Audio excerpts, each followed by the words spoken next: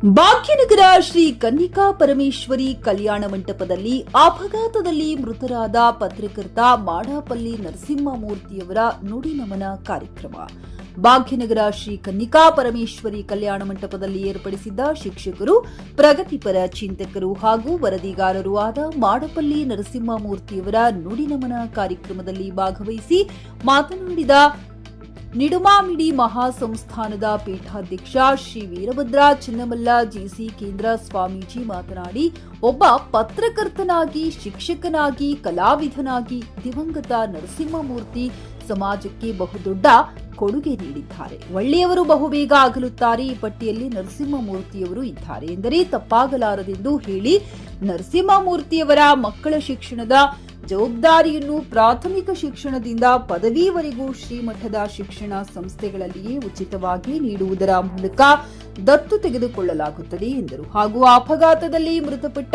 ನರಸಿಂಹಮೂರ್ತಿ ಕುಟುಂಬಕ್ಕೆ ಚೆಕ್ ಮೂಲಕ 50,000 ರಾಜ್ಯ ವೃತ್ತಿನಿರತ ಪತ್ರಕರ್ತ ಸಂಘದ ಜಿಲ್ಲಾಧಿಕಾರಿಗಳು ಮೃತರಾದ ನರಸಿಂಹಮೂರ್ತಿರವರಿಗೆ ಪುಷ್ಪಾರ್ಚನೆ ಮೂಲಕ ನಮನ ಸಲ್ಲಿಸಿದ ನಂತರ ಮಾತನಾಡಿದ ಜಿಲ್ಲಾಧ್ಯಕ್ಷರಾದ ನರಸಿಂಹಗೌಡ ಆರ್ ರವರು, ಶಿಕ್ಷಕರು, ಪ್ರಗತಿಪರ ಚಿಂತಕರು ಹಾಗೂ ವರದಿಗಾರರೂ ಆದ ನರಸಿಂಹಮೂರ್ತಿರವರು ಅಪಘಾತದಲ್ಲಿ ಮರಣ ಹೊಂದಿರುವುದನ್ನು ತಿಳಿದು ತಮ್ಮ ತಂಡದೊಂದಿಗೆ ಜಿಲ್ಲಾಧಿಕಾರಿಗಳು, ಪೊಲೀಸ್ ವರಿಷ್ಠಾಧಿಕಾರಿಗಳು ಅವರಿಗೆ ಮನವಿ ಪತ್ರ ನೀಡಿ ಈ ಸಾವಿನಲ್ಲಿ ಅನುಮಾನವಿದೆ, ಆದ್ದರಿಂದ ಕೂಲಂಕುಷವಾಗಿ ಪರಿಶೀಲಿಸಬೇಕು ಹಾಗೂ ನರಸಿಂಹಮೂರ್ತಿಯವರ ಪತ್ನಿಗೆ ಸರ್ಕಾರಿ ಕೆಲಸ ಕೊಡಿಸಬೇಕು ಎಂಬುದರ ಬಗ್ಗೆ ಮನವಿ ನೀಡಿರುತ್ತೇವೆ ಎಂದು ತಿಳಿಸಿದರು.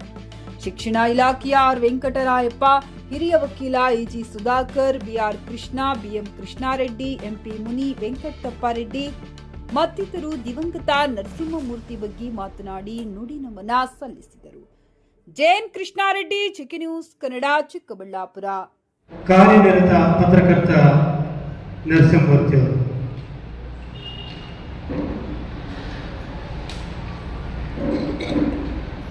ಪತ್ರಕರ್ತರಾದ ನಾವು ಸಮಾಜದಲ್ಲಿ ನಡೆಯುವಂಥ ಶೋಷಣೆಗಳ ಬಗ್ಗೆ ದೊಡ್ಡ ಬರೀತಾ ಇರ್ತೀವಿ. ಆದರೆ ನಿಜವಾಗಿ ಶೋಷಣೆಗೊಳಗಾಗ್ತಾ ಇರೋ ಅನುಮಾನ ಇದೆ. ಪಾರದರ್ಶಕವಾಗಿ, ಪ್ರಾಮಾಣಿಕವಾಗಿ ಅವರ ಸಾವಿನ ಬಗ್ಗೆ ತನಿಖೆಯನ್ನು ನಡೆಸಿ ಅಂತ ನಾನು ಈ ಜಿಲ್ಲಾಧಿಕಾರಿಗಳಿಗೆ ಮತ್ತು ಎಸ್ಪಿ ಅವರಿಗೆ ನಾನು ನೇರವಾಗಿ ಗ್ರಾಹಕರ ಸ್ಯಾಟಿಸ್ಫ್ಯಾಕ್ಷನ್ ನಲ್ಲಿ ನಂಬರ್ 1 ತೃಪ್ತಿಕರ ದೈಹಿಕವಾದ ಹುಮ್ನಾಬಾದ್ನ ಎಸ್ವಿ ಟಿವಿಎಸ್ ಶೋರೂಮ್ ನಿಮಗಾಗಿ ತರುತ್ತಿದೆ ಹೊಸ ಮಾಡೆಲ್ಗಳ ಹೊಸ ಬೈಕ್ಗಳು. ಇಲ್ಲಿ ಟಿವಿಎಸ್ ನ ಸ್ಪೇರ್ ಪಾರ್ಟ್ಸ್ ಹಾಗೂ ಸರ್ವಿಸ್ ಕೂಡ ಲಭ್ಯ. ಹಾಗಿದ್ರೆ ತಡೆಯಾಕೆ ಹಿಂದೆ ಭೇಟಿ ನೀಡಿ. ನಾಗಲಕ್ಷ್ಮಿ ಧಾಬಾ ಹತ್ತಿರ, ಗುಲ್ಬರ್ಗಾ ರೋಡ್, ಹುಮ್ನಾಬಾದ್. ಹೆಚ್ಚಿನ ಮಾಹಿತಿಗಾಗಿ ಸಂಪರ್ಕಿಸಿ 8494951009.